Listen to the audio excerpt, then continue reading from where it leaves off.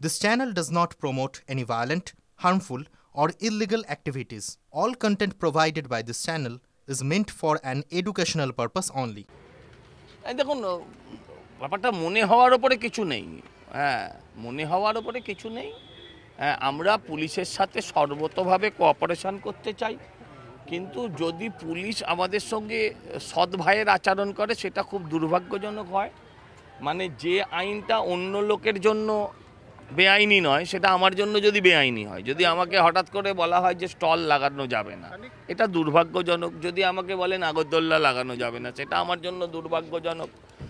যদি আমাকে বলে হোর্ডিং লাগানো যাবে না, সেটা আমার জন্য দুর্ভাগ্যজনক।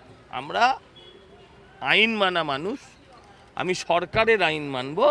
আমি বারবার বলেছি কোনো ফতোয়া মানব না। বাকিটা হচ্ছে তালিবানিদের মতন ফতোয়া দিচ্ছে, আজ এটা করা যাবে না, কাল ওটা করা যাবে না, 60খানা ক্যামেরা লাগাতে হবে। আরে দিদির পয়সাও নিলাম না, তারপর 60খানা ক্যামেরা লাগাবো কোথা থেকে? টাকা চাই তো। 60খানা ক্যামেরা বলছে রাস্তার দায়িত্ব আমাদের। আমি বলছি তাহলে রাস্তার ক্যামেরার দায়িত্বও তাদের। এই আর কি। পুলিশের থেকে, প্রশাসন থেকে সেরকম সহযোগিতা কি পাচ্ছেন? আমি বলি যদি ওনারা একটু নীরব থাকেন তার থেকে বেশি সহযোগিতার কিছু হতে পারে।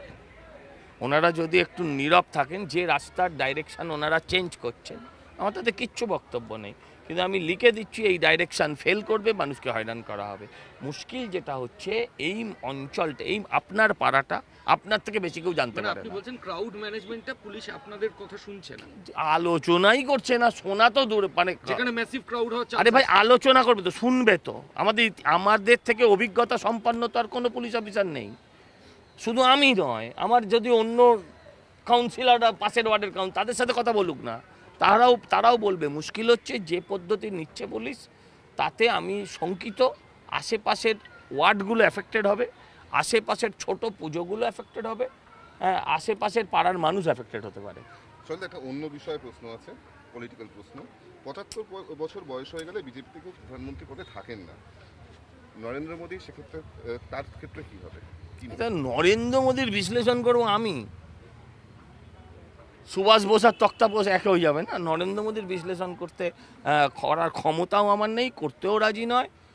আর নরেন্দ্র মোদী বিহীন ভারতবর্ষ এই মুহূর্তে ভাবতেও রাজি না।